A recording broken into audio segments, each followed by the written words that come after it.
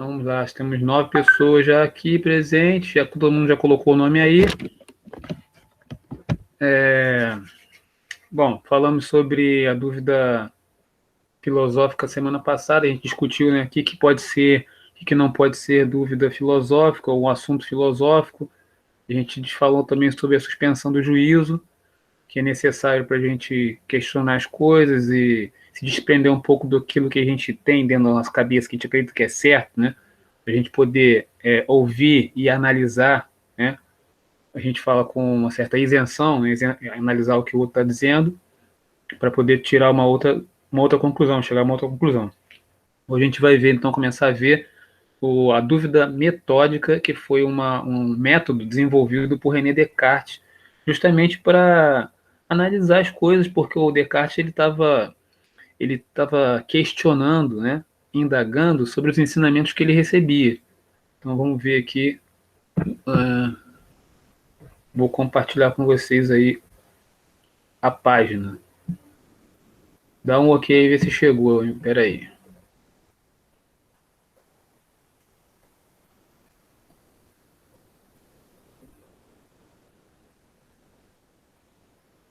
Chegou aí para vocês? Tá aparecendo sim, professor. Beleza, então. Apareceu aqui. Se tiver que aumentar, se precisar aumentar, fala aí para mim que eu aumento. Aqui acho que eu consigo aumentar mais um pouco. Esse tamanho tá bom? Vê, assim tá bom? Tá bom. Beleza. Então aí, ó, dúvida. Perdão, peraí. Dúvida metódica, o exercício da dúvida, o René Descartes, que é o filósofo que eu falei para vocês aí, que a gente vai começar a conhecer. Para que você entenda de maneira mais concreta o que acabamos de estudar, vamos analisar agora um exemplo de reflexão filosófica que enfatiza ao extremo o ato de duvidar, a chamada dúvida metódica, do filósofo francês René Descartes, 1596-1650. Voltaremos a estudar distintos aspectos do pensamento cartesiano nos capítulos 6, 10 e 14. Não sei se vai rolar isso não, mas vamos já começar aqui aprendendo a duvidar. Então, ele vai mostrar para a gente, né, qual foi o procedimento que ele seguiu, como é que foi a metodologia, como é que ele criou essa metodologia. A dúvida metódica tornou-se uma referência importantíssima e um clássico da filosofia moderna. Trata-se de um exercício da dúvida em relação a tudo o que ele, Descartes, conhecia ou pensava até então ser verdadeiro. Tal exercício foi conduzido pelo filósofo de duas maneiras. Metódica, porque a dúvida vai se ampliando ao passo a passo, de modo ordenado e lógico, e radical, porque a dúvida vai atingindo tudo e chega a um ponto extremo em que não é possível ter certeza de nada, nem mesmo de que no mundo existe. Como em um jogo ou uma brincadeira, Descartes tentou duvidar até da própria existência. Por isso, a dúvida metódica costuma ser chamada também de dúvida hiperbólica, isto é, maior do que o normal, exagerada, né? Um exagero. Note que é um exercício bastante difícil, pois não é nada natural duvidar de tanta coisa. A gente, na verdade, já começou a fazer esse exercício aqui, quando eu falei lá na primeira aula sobre a dúvida, que levantar dúvida, o questionamento não é ter problemas intelectuais ou não é vergonhoso, né? Pelo contrário. E peraí, acho que eu fechei o livro, senhor, peraí. Aqui. Encontrei. Então, antes de tudo, vejamos por que esse filósofo decidiu empreender tal esforço. O que teria motivado? A explicação está no início das meditações. O Descartes ele escreveu alguns livros e um deles foi Meditações. O outro, que é muito importante também, é o Discurso do Método, que a gente vai ver, ele vai citar mais na frente, né? Que também dá motivos, dá para a gente entender por que ele desenvolveu essa técnica da dúvida metódica. Então ele diz aí, ó, o René Descartes vai dizer aí: há já algum tempo que eu me apercebi de que, desde meus primeiros anos, recebera muitas falsas opiniões como verdadeiras, e de que aquilo que depois eu fundei em princípios tão mal assegurados não podia ser senão muito duvidoso e incerto, de modo que me era necessário tentar seriamente, uma vez em minha vida, desfazer-me de todas as opiniões a que até então dera crédito, e começar tudo novamente desde os fundamentos, se quisesse estabelecer algo de firme e constante nas ciências. Então, ele está aqui botando em dúvida tudo aquilo que ele havia aprendido dos seus professores. Ele começou a questionar se aqueles ensinamentos eram corretos, eram verdadeiros, porque ele começava a ver que não estava batendo com a realidade, né?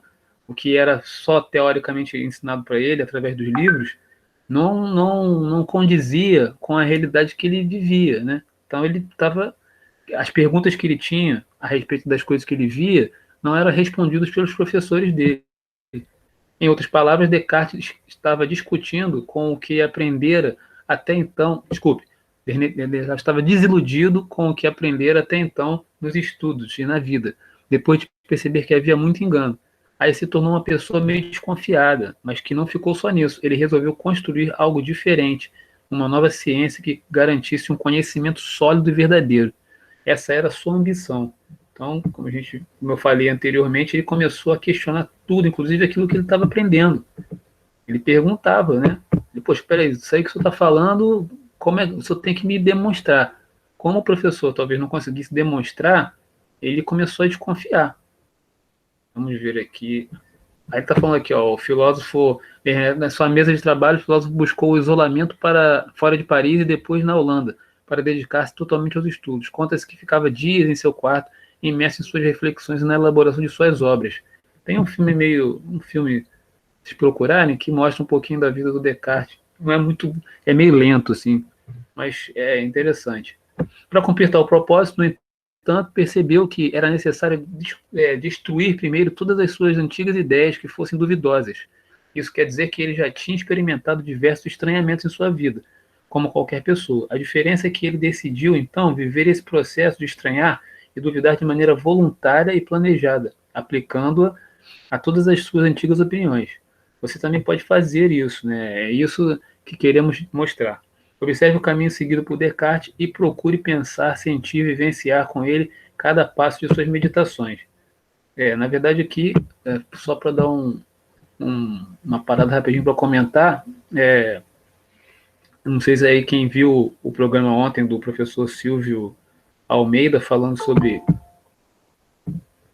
a questão do racismo estrutural, e teve uma determinada hora que, acho que foi um professor, não sei se foi o professor ou se foi a jornalista, que perguntou para ele, né, como é que, e agora, como é que se dará essa discussão e por que nós chegamos a esse ponto? Ele fala aqui no Brasil, e ele falou uma coisa interessante que a gente tem que parar para pensar, né? Ele falou assim, se as instituições, os meios de comunicação, né, não existe uma pedagogia, não insistissem em manter o negro sempre na condição subalterna, né, nós talvez teríamos mudado essa narrativa, né, que é sempre colocada, né, o negro ele está sempre no lugar do camarada que limpa, ou, né, do camarada que você nunca vê nos programas, né, o negro em posições de destaque. Então, essa é uma forma de você olhar para o seu ambiente de trabalho, seu ambiente escolar, né? E fazer uma comparação com o que você vê no que é veiculado, né? Levantar a dúvida, aplicar isso que o René Descartes está falando para a gente, de duvidar de tudo aquilo que eu tinha aprendido, né? E repensar e questionar, né? Por que na novela não tem mais gente, né? Se eu vejo muita gente na rua, mas na novela não. Ou nos programas eu vejo pouca gente negra ocupando espaços de destaque. Então, essa é uma forma da gente aplicar essa dúvida metódica, né? Que o René Descartes está propondo para a gente aqui. Se alguém quiser falar, é só abrir o microfone aí e perguntar, hein? Ou interromper. Então, vamos aqui. Isso quer dizer que ele tinha experimentado, então, diversos estranhamentos em sua vida. Então, isso, né, tem a ver, esse que eu estou falando aqui, é o estranhamento que a gente deve... Deixa eu voltar aí para vocês de novo. É experimentar o estranhamento a partir desse olhar questionador, né? Por que nos programas não tem, né? E eu vejo tanta gente à nossa volta, a maioria da população, né, A diferença é que ele decidiu, então, viver esse processo de estranhar e duvidar de maneira voluntária e planejada, aplicando a todas as antigas opiniões. Então, quando ele fala que você também pode fazer isso... Opa, peraí, chegou mais gente. Gabriel tá aí. Eu vou ter que colocar o nome de vocês aí para poder fazer... Peraí, rapidinho. Ah, tá. Então, as primeiras determinações. Então, os primeiros passos para desenvolver essa dúvida metódica aí proposta por René Descartes. Não é necessário que examine cada opinião em particular, o que seria um trabalho infinito, mas visto que a ruína dos alicerces carrega necessariamente consigo todo o resto do edifício, dedicar-me-ei inicialmente aos princípios sobre os quais todas as minhas opiniões antigas estavam apoiadas. Então, olha o que ele está falando com a gente mais uma vez, só para só para confirmar aqui aquilo que eu tinha falado, usando o exemplo, né, que eu acabei de falar do professor Silvio Almeida, né? Todas as coisas que eu aprendi, né, eu preciso rever, e visitar novamente e perguntar se elas são corretas. Será? Tem uma hora do programa também que ele fala, será que nós estamos reproduzindo preconceitos? Né? A minha atitude individual, ela talvez possa reproduzir preconceitos. Eu lembro que uma vez eu falei com vocês, não sei se alguém lembra aí, das piadinhas, as piadinhas que reforçam estereótipos, né, e desqualificações. Então, essa talvez seja uma atitude individual que eu possa rever, né? Determinada piada que é contada, opa, tem alguma coisa errada aí, né?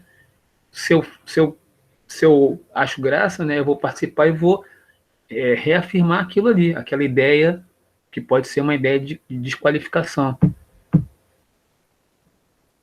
Então, voltando aqui.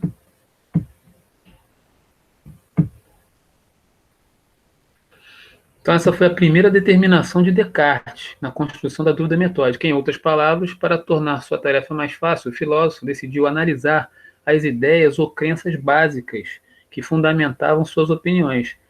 Se esses princípios ou fundamentos eram duvidosos, as outras ideias que deles dependiam, também eram duvidosas.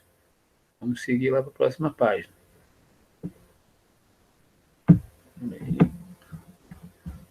Esse procedimento básico, tanto em filosofia como nas ciências em geral, uma ideia falsa ou incerta não pode ser o fundamento de uma boa explicação, assim como alicerce de gelo ou de gesso não pode sustentar uma boa construção, né? Nesse ponto, você pode estar se perguntando, mas como Descartes distinguia entre o certo e o duvidoso? Que critério ele utilizava? A resposta pode ser encontrada na obra Discurso do Método, na qual o filósofo explica a seguinte norma de conduta para si mesmo. Então, como eu falei anteriormente nesse livro, que eu acho que vocês podem ler esse livro, dá um Google aí, põe Discurso do Método, não é um livro difícil, ele fala justamente que ele usa ali, ele passa a escolher o mundo como um livro aberto, ele para questionar seus professores, né, ele se lança na vida, ele vai fazer os questionamentos na vida e trata a vida como um livro. E aí, a partir das experiências que ele tem na vida, ele começa a elaborar o pensamento dele, né, a partir das experiências particulares dele. Então, no livro, na obra Discurso do Método, no qual o filósofo explica a seguinte norma de conduta para si mesmo: jamais acolher alguma coisa como verdadeira, que eu não conhecesse evidentemente como tal. Isto é, de evitar cuidadosamente a precipitação e a prevenção, e de nada incluir em meus juízos que não se apresentasse tão claro e tão distintamente a meu espírito, que eu não tivesse nenhuma ocasião de pô-lo em dúvida. Traduzindo, o que ele está querendo falar aqui para a gente, né, é não receber uma opinião imediata como uma verdade absoluta, né? Se ouviu alguém falando alguma coisa para você, você vai imediatamente, né? Sim, não, você tem que ouvir, né? Tem aqueles 3 movimentos, né? Que a gente falou logo no início lá das nossas aulas. Ouvir, né? Analisar, aquilo que você escutou, né? Para aí, então, você emitir uma opinião a respeito disso, né? Professor, Oi, pode falar. acabei caindo da chamada. Ai, meu Deus, será? Deixa eu ver aqui. Mas já voltei. Tá melhor agora? Tá. Que eu não, que deu, que perdeu aí? Deu uma caída aqui. Aí deu cair. Ah, tá bom. Mas como tá gravado aqui, então depois você dá uma olhada no que falhou aí, beleza? Ok. Então, como eu estava falando, esqueci o que eu estava falando.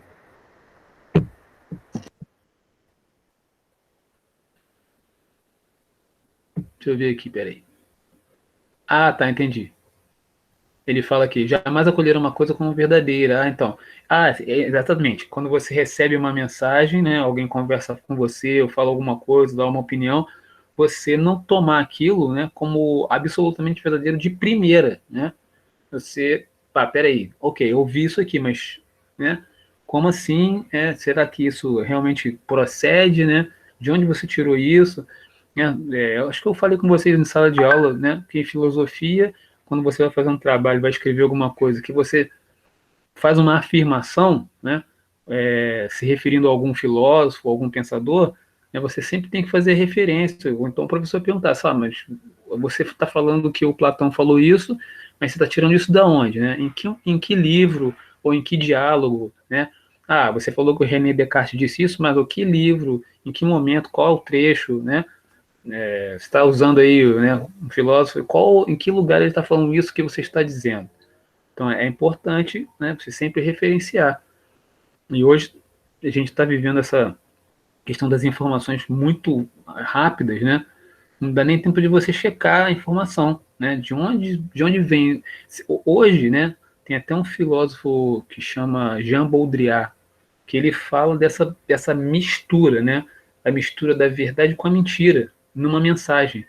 E aí tem muitas mensagens que chegam para a gente que tem misturadas ali informações corretas com informações incorretas, misturadas.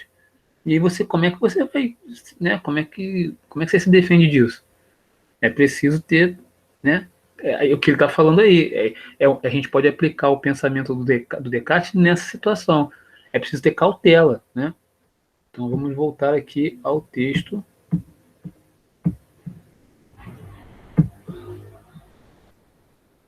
Trata-se então do critério da evidência. Uma ideia é evidente quando se apresenta com um tamanho grau de certeza, de clareza e distinção ao intelecto, como define Descartes, que não suscita qualquer dúvida. Duvidosa, portanto, é toda ideia que não pode ser demonstrada com essa mesma clareza, que não passa totalmente pelo crivo da razão. Descartes decidiu que não acolheria como verdadeira nenhuma ideia como essa. Então, olha aqui que coisa interessante. A gente pode usar como exemplo de uma possível ideia duvidosa, por exemplo, né?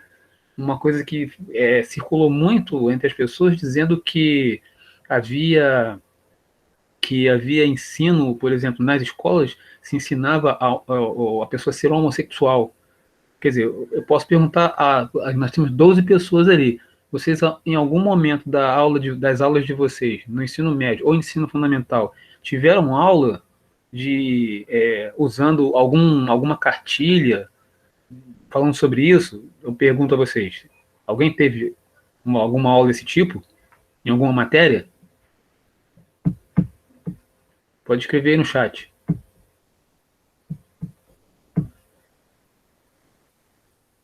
Miguel, não. Camille, não. Por favor, escrevam aí. A pergunta é, se durante o ensino fundamental e agora no ensino médio, algum de vocês teve aula com algum cunho sexual nessa orientação? Muito bem. Ok. Então, é isso que o René Descartes está falando. Como é que você pode fazer uma afirmação, né, que não tem... você não consegue... ela não é clara, né? Você não tem uma fundamentação na realidade, né? Como é que você afirma isso? Então, é um elemento que você pode questionar se é verdadeiro ou não. Voltando aqui, então, o texto é um exemplo bom, né? Porque a gente tem que aplicar, na verdade, a aula de filosofia serve para a gente aplicar a realidade sempre, né? Então ele diz aí, vou só repetir, trata-se do critério da evidência. Uma ideia é evidente quando se apresenta com tamanho e grau de clareza e distinção ao intelecto, como define Descartes, que não suscita qualquer dúvida.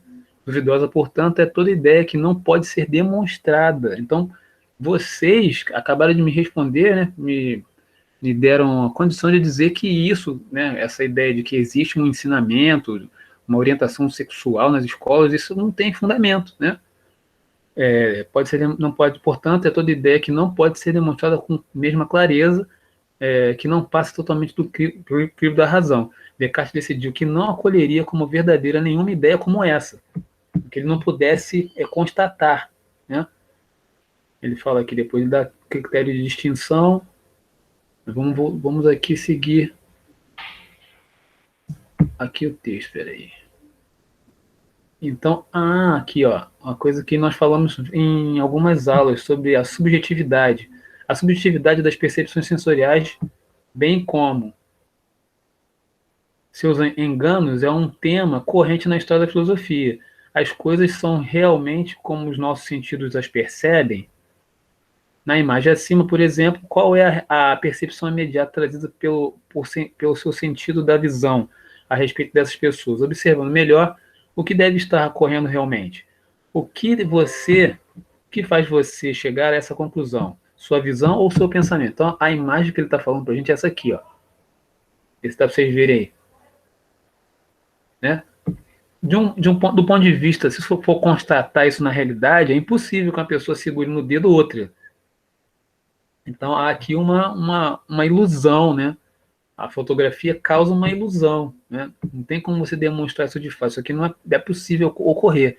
Esse aqui é um outro exemplo, né, da constatação dessa ideia aí que o René Descartes está falando para a gente. A gente precisa constatar a veracidade do que é dito. De certa forma, o Descartes vai se aliar a Platão. Não sei se nós falamos sobre isso, né?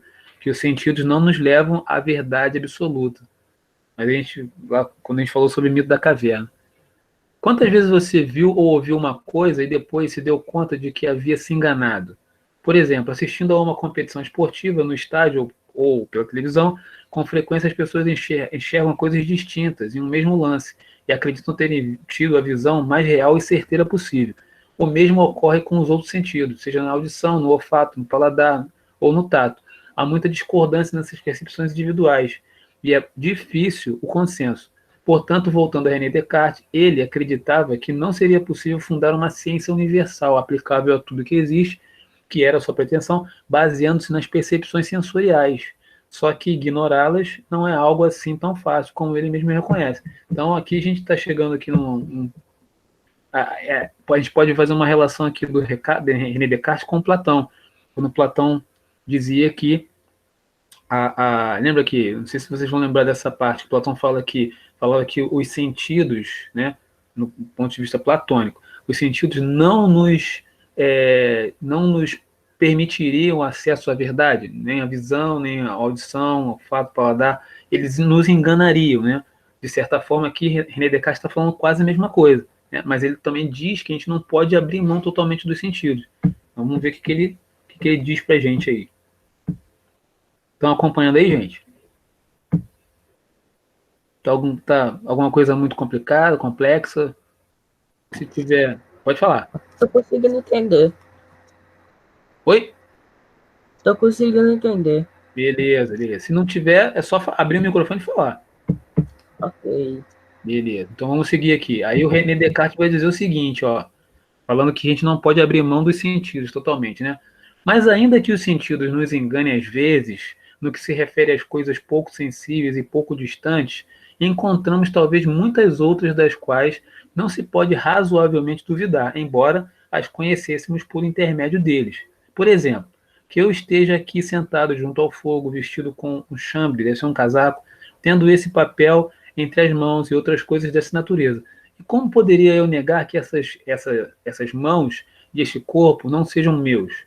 Então, através dos sentidos, ele está tendo contato com ele mesmo. Ele não pode duvidar de que os sentidos digam para ele que ele está ali, né? Isso que ele está querendo dizer para a gente. Então, ele não pode abrir mão da visão, do paladar, do olfato. Aqui, Descartes confessa sua dificuldade em continuar duvidando dos sentidos, quando se trata de algo muito próximo, de toda a circunstância que está vivenciando. Você provavelmente concordará com ele, pois é bastante difícil duvidar de que você tem esse livro em suas mãos.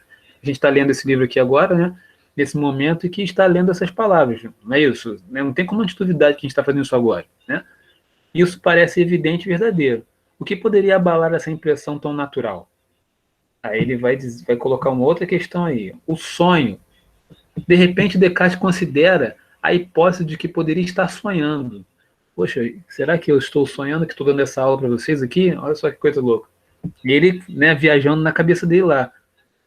Eu poderia me dizer, eu mesmo, Celso, que poderia perguntar, será que o que eu estou fazendo aqui agora, diante desse computador, falando com essas pessoas aqui, esses 10 alunos, será que isso é um sonho?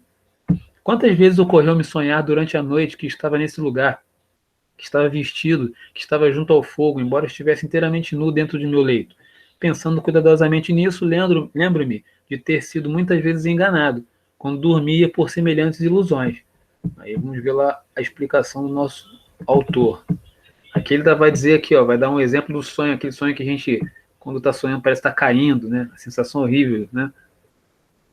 Em outras palavras, com o argumento do sonho, o filósofo volta a estaca zero em sua busca de certeza, pois não encontra nada que lhe possa garantir que o que percebe ao seu redor não seja uma ilusão onírica. Às vezes, os sonhos também parecem muito reais.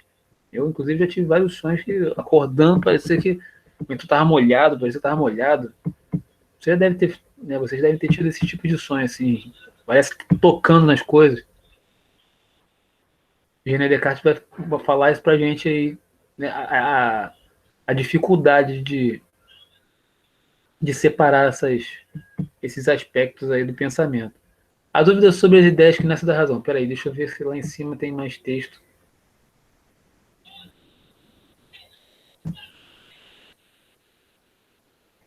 Peraí. Aí, já vimos isso aqui já. Peraí.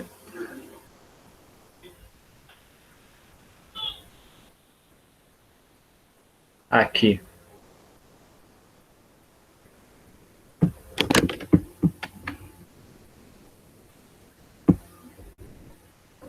Opa, chegou mais gente, peraí. Beatriz. Beleza. Então, aqui, a dúvida sobre as ideias que nascem da razão. Então, ele vai agora, na verdade, ele está fazendo uma análise, né, de como funciona o nosso sistema de percepção, né? O Descartes está mostrando para a gente, ele está questionando como é que a gente se relaciona com o mundo, na verdade. Isso que a gente vai ver que ele está investigando sobre isso. Descartes decide, então, deixar de lado sua investigação sobre as ideias que nascem dos sentidos para dirigir seu foco sobre aquelas que vêm de outra fonte, a razão. É o caso das ideias matemáticas. Então, ele vai fazer distinção aí, né? As ideias que nascem das nossas percepções, dos sentidos, né? E as ideias que nascem do nosso pensamento. Então, ele vai dizer aí, ó, ele vai distinguir. A aritmética e a geometria, que não tratam senão de coisas muito simples e muito gerais, sem cuidarem muito em se elas existem ou não na natureza, contém alguma coisa de certo e indubitável. Pois quer eu esteja acordado, quer eu esteja dormindo, 2 mais 3 formarão sempre o número 5, e o quadrado nunca terá mais do que 4 lados. E não parece possível que verdades tão patentes possam ser suspeitas de alguma falsidade ou incerteza. Olha que coisa interessante. Ele está querendo mostrar para a gente, está querendo construir para a gente um caminho ou uma forma da gente analisar a realidade sem ter a interferência dos nossos sentidos, né? Por isso que a gente diz que a filosofia é um exercício de abstração, né? Porque você elabora coisas na sua cuca, né? Levanta hipóteses, não é isso? Faz um questionamento dentro da sua cabeça, né? Sem precisar necessariamente ter experiência com as coisas. Então você pode imaginar aí um prédio na sua cabeça sem produzir um prédio. sem construir um prédio, sem precisar de cimento, argamassa, sem precisar de funcionários, né? Você pode, na sua cabeça, construir um mundo, né? É isso que o René Descartes vai começar a propor. Deixa eu voltar aqui.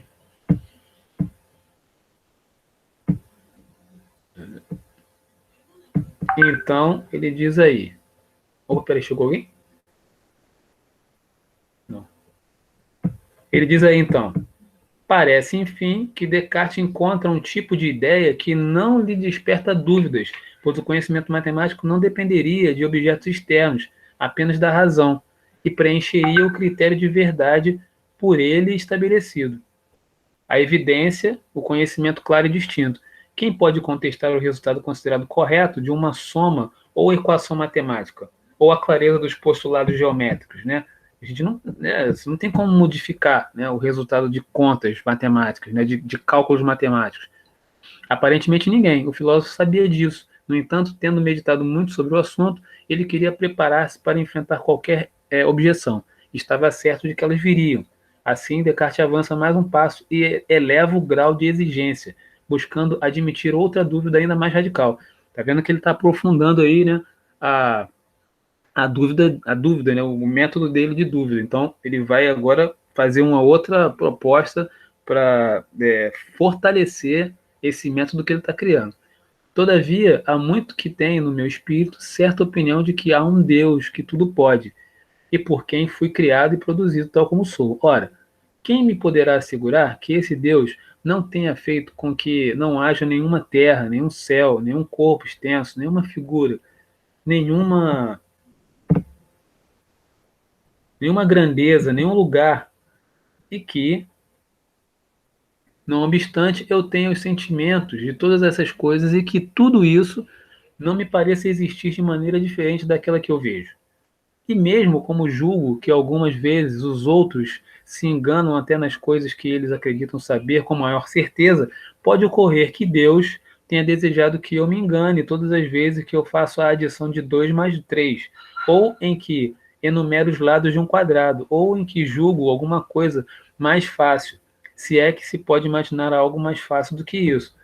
Então, ele vai começar aqui a complexificar a ideia e para chegar, né, no lugar de que a razão é que vai dar a resposta para as experiências, para explicar o mundo. Em outras palavras, né, por mais certeza que você tenha sobre algo, no caso, conhecimento matemático, se existe um ser que criou tudo e é onipotente, esse ser tem poderes para ter criado você de tal maneira que se engane sempre. Ou seja, que você e todo mundo pense sempre que 2 mais 3 é igual a 5, quando na verdade isso é uma ilusão. Trata-se do argumento do Deus enganador. Com ele, qualquer ideia vinda dos sentidos ou da razão pode ser enganosa. Então vamos só para... Opa, chegou aí a Júlia. Só para exemplificar aqui, o Descartes, ele não está falando que não existe um Deus ou que Deus está enganando você. Não é isso. Vamos entender, né? Ele está criando personagens, né? Ele está criando elementos para tentar explicar, para tentar fundamentar a ideia de que o homem, né, na sua cabeça, é que vai construir as coisas e vai explicar as coisas, sem precisar necessariamente ter uma experiência fora dele, né? Então, vamos seguir lá o texto para poder terminar e entender. Porque se tiver alguma dúvida aí, vocês vão perguntar. Nós estamos com um elemento aqui, que é o Deus enganador. Ele vai colocar um outro elemento aqui para fortalecer, para construir a ideia dele da dúvida metódica. Então, peraí, vamos descer aqui.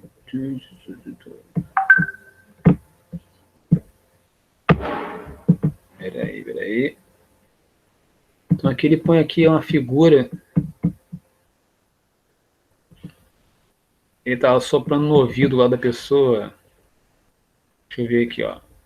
Detalhes bem ou mal, Jacques Victor. Imagine tudo o que poderia colocar em dúvida se existisse um ou dois mais seres, Deus, demônios, cientistas, extraterrestres, sociedades secretas, com o poder de colocar em sua mente todas as ideias e percepções que você tem no mundo e de si. Esse é o exemplo que ele está falando aí do Deus enganador. Vamos ver aqui.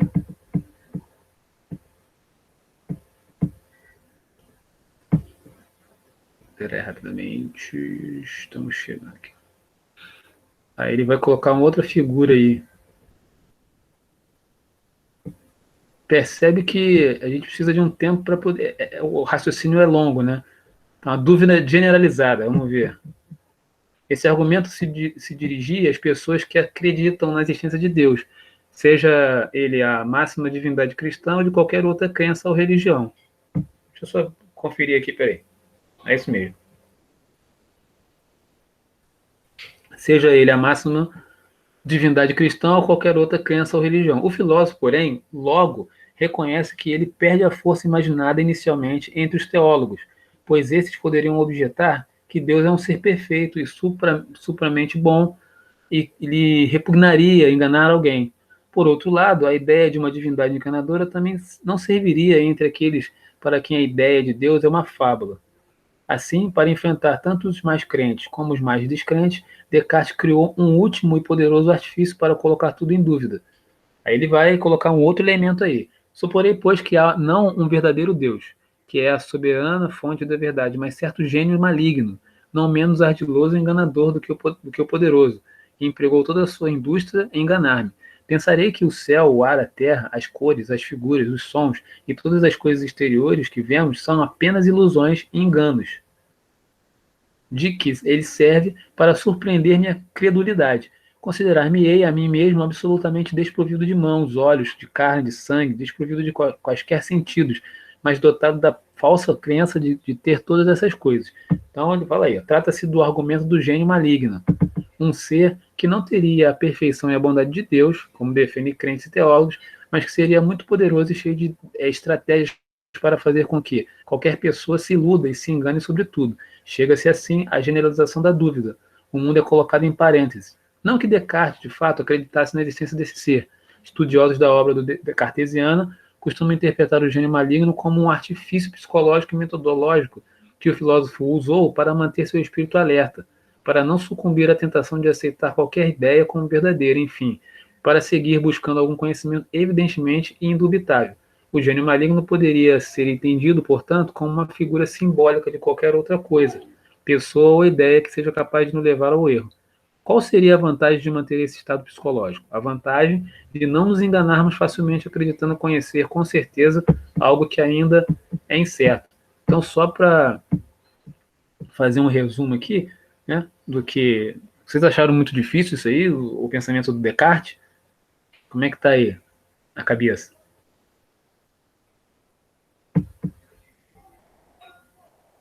Vamos lá, minha gente. Como é que está isso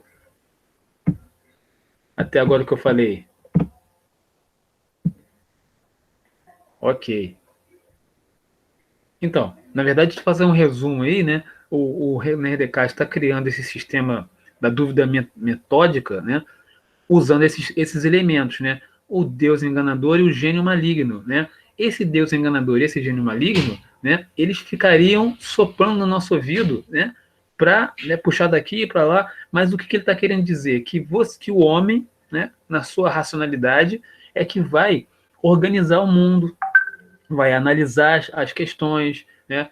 A partir da sua experiência, né? Vai fazer um levantamento e um aprofundamento do que está acontecendo para fazer a sua própria análise, a sua própria crítica, né? E essa, na verdade, a intenção do René Descartes é essa. Nem o gênio maligno, nem o Deus enganador. Isso não quer dizer que ele não acredita em Deus nem nada. Ele está, mais uma vez repetindo, ele está criando um sistema, né, para desenvolver um método de crítica da realidade, né? Criticar o que ele o que está na frente dele. Essa é uma forma. Esse foi o método, a criação do método cartesiano, a maneira da criação do método cartesiano. Não sei se vocês já tinham estudado sobre René Descartes ou tinham ouvido falar sobre ele. Alguém já tinha ouvido falar sobre René Descartes?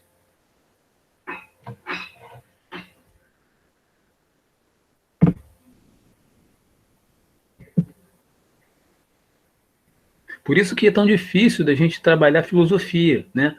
Porque para ouvir tudo isso que eu falei para vocês a respeito do pensamento do René Descartes, é preciso que você faça aquele exercício anterior lá, que eu falei, da suspensão do juízo. Professor, Oi, pode falar. qual seria o argumento desse Deus enganador para convencer alguém? O que ele fala para essa pessoa seguir o que ele diz. O argumento do Deus enganador? Então, na verdade, o argumento do Deus enganador, o que eu estou falando aqui isso foi uma criação do René Descartes para fazer com que a gente entenda que as coisas que vêm de fora, elas não precisam necessariamente nos perturbar. Na verdade, é um artifício do René Descartes, entendeu? Ele está querendo dizer para você que a sua razão é que vai dar norte para você. Entendi. Vamos ver, isso que você perguntou aqui, deve estar em algum... Peraí, deixa eu ver aqui. Tem um outro lugar que ele fala isso, peraí. Deixa eu ver aqui. Eu entendi a sua pergunta. É porque parece, né, que é uma coisa verdadeira e tal. Ele não está falando desse Deus cristão, não, entendeu? Ele tá usando a figura de um Deus, de um ser maligno, para construir a metodologia dele. Eu acho que aqui, na próxima página, eu acho que ele fala um pouquinho sobre isso. Espera aí. Aqui, ó. Submerso na dúvida hiperbólica, mergulhado no nada, Descartes segue buscando. Como em um jogo de xadrez ou em um enigma, procura uma saída para a exigência autoimposta de um gênio maligno que quisesse enganá-lo sempre. Tem então a seguinte intuição em relação ao seu próprio ato de duvidar e de pensar. Eu, então, pelo menos, não serei alguma coisa? Mas há algum não sei qual, enganador muito poderoso e muito ardiloso, que emprega toda a sua indústria em enganar-me sempre. Não há, pois, dúvida alguma de que sou, se ele me engana. E por mais que me engane, não poderá jamais fazer com que eu nada seja, enquanto eu pensar ser alguma coisa. Isso que ele está, essa coisa que nós vimos até agora da criação desses elementos, ele está construindo para chegar nessa ideia de que ele, nele mesmo, as ideias nele mesmo que se constroem. Não sei se isso está claro. Eu vou repetir aqui, né? Ele fala aqui, ó, eu então, pelo menos, não seria alguma coisa, mas há algum, não sei qual, enganador muito poderoso e muito ardiloso, que emprega toda a sua indústria em enganar-me sempre. Não há, pois, dúvida alguma de que sou, que existo. Se ele me engana, né? Se ele me engana, eu existo. E por mais que me engane, não poderá jamais fazer com que eu nada seja, enquanto eu pensar ser alguma coisa. Isso que ele está elaborando aqui vai se transformar naquela frase famosa, né? Penso, logo existo. Então, aquelas criações, né? Aqueles elementos que ele criou, é para dizer, ele está aqui, né? Fortalecendo a ideia de que eu em mim mesmo posso criar as coisas, né? Posso, através da minha razão, dar explicação para o mundo. Em outras palavras, o filósofo percebe que se um ser enganador o enganava, ele, Descartes, tinha de ser algo, enquanto era enganado. E se duvidava, também devia ser algo que existia enquanto duvidava, mesmo que não tivesse corpo. Essa reflexão é resumida de maneira mais clara em sua obra Discurso do Método. Enquanto eu queria assim pensar que tudo era falso, cumpria necessariamente que eu, que pensava, fosse alguma coisa. E notando que estava essa verdade, eu penso, logo existo, era tão firme e tão certa em todas as mais extravagantes suposições dos céticos. Peraí. Se não...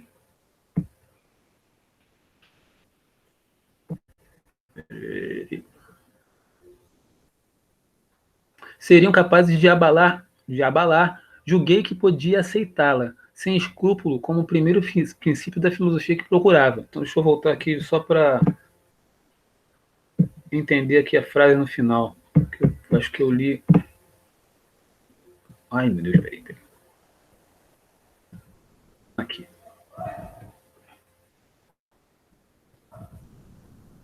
Só aqui no final que eu perdi aqui.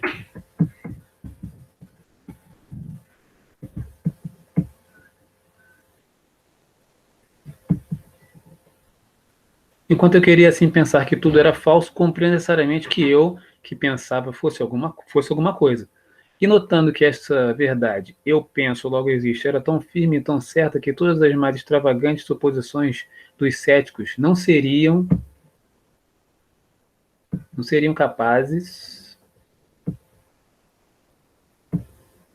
Vamos ver qual é a figura que ele está. Ele está fazendo uma referência aqui à Matrix. Não seriam capazes de abalar. Julguei que podia aceitá-la sem escrúpulo como primeiro princípio da filosofia que procurava. Então, penso, logo existo, é o princípio da filosofia, né, que ele está propondo. Né? Na verdade, está valorizando, querendo valorizar a razão. Né? E aqui, nessa figura aqui, ó, deixa eu pegar aqui. Nossa.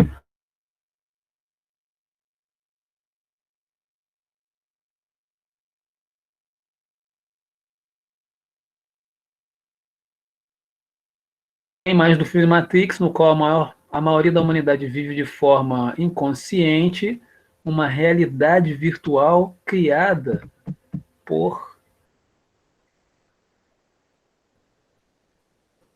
máquinas. É possível comparar a história desse filme com o argumento do gênio maligno, de René Descartes. O que vocês acham aí? É possível comparar a história do Matrix, também não sei quem viu o filme, né?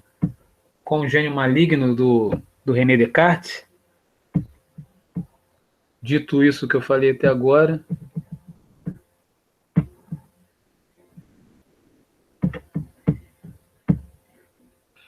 o que vocês acham aí?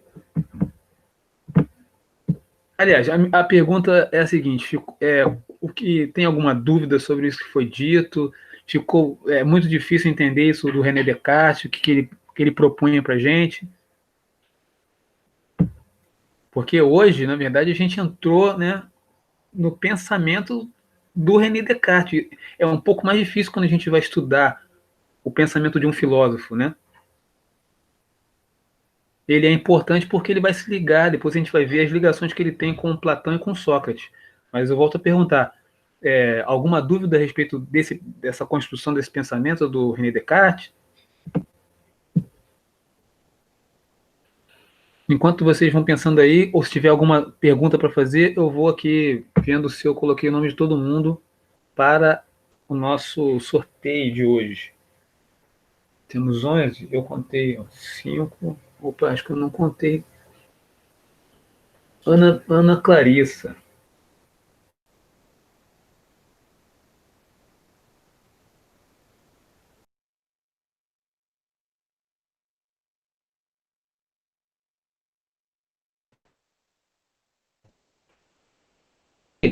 Se quiser perguntar.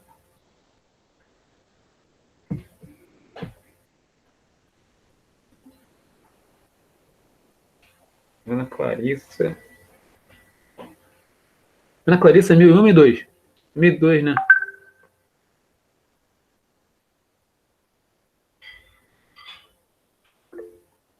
Ok. Aníris, já coloquei Aníris? Já. Beatriz Gonçalves, já. Beatriz Conceição. Acho que não coloquei Beatriz Conceição.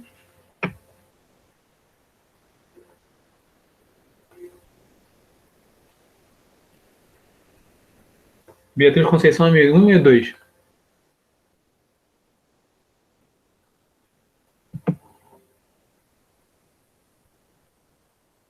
Júlia, não coloquei. Júlia, 1002.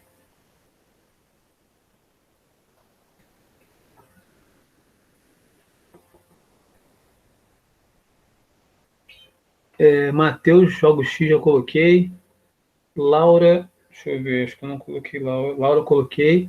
Luiz Felipe, coloquei. E o Nicolas está aí.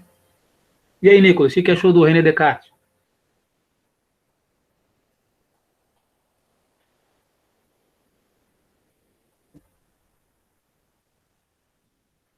Escreve aí. Então, vamos ver, nós temos 1, 2, 3, 4, 5, 6, 7, 8, 9, 10, 11. A Marister. Marister saiu?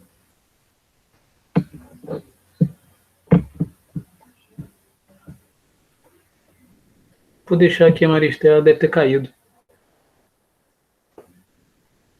Então, vamos ao sorteio. Alguém pode rufar o tambor aí? Rufem os tambores. Vou dobrar aqui, ó. Tô dobrando. Para quem chegou depois, a revista é essa aqui.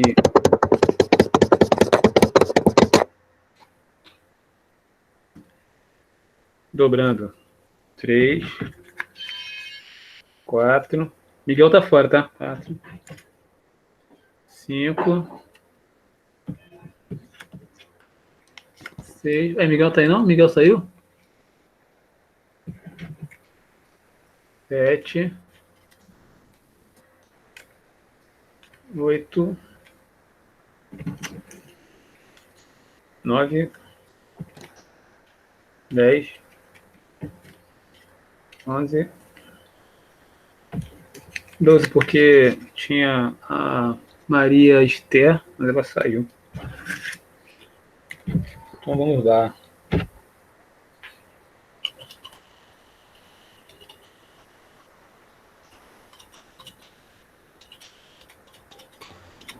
Quem vai ganhar a revista? Tem dúvida aí, gente? René Descartes? Pô, pergunta aí.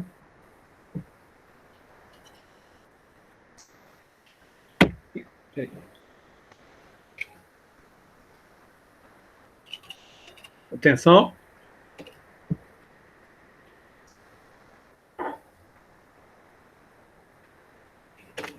Quem ganhou foi... Opa, tem 2 aqui.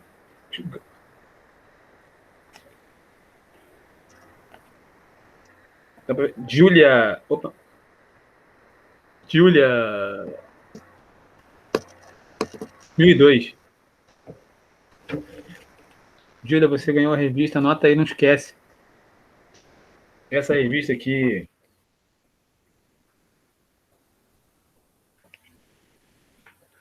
E aí, o que vocês acharam aí do René Descartes, gente? Fala aí pra mim. Temos alguns minutinhos ainda.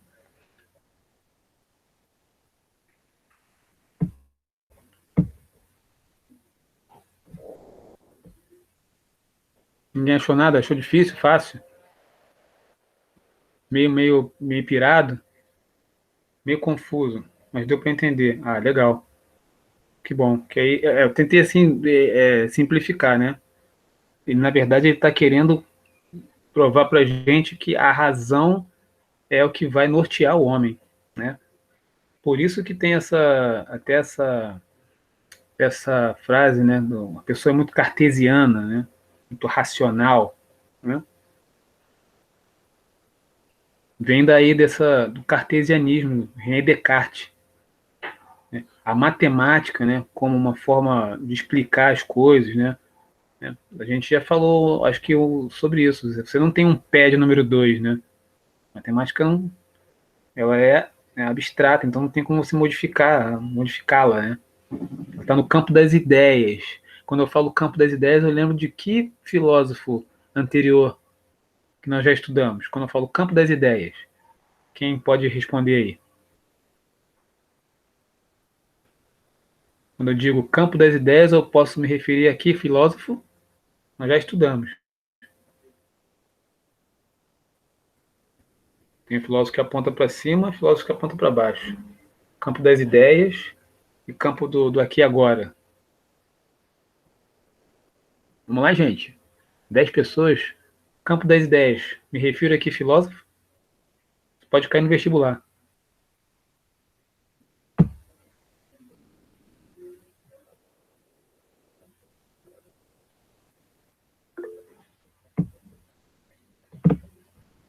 Muito bem, Platão.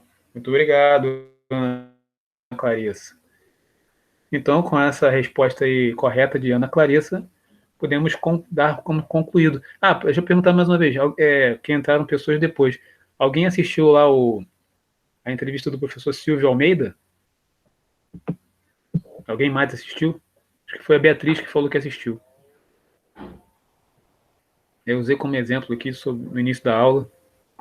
A gente deve duvidar sobre usando um pouco aí, tentando aplicar aí o René Descartes, né? Duvidar da nossa realidade.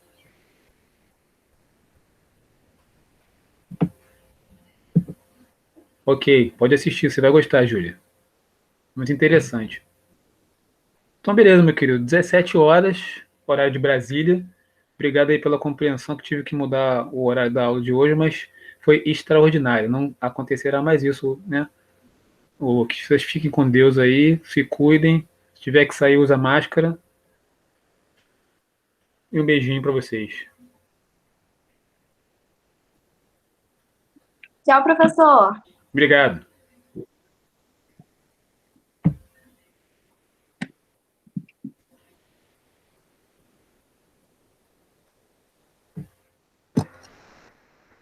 Tchau, professor. Valeu. Até a próxima. Até.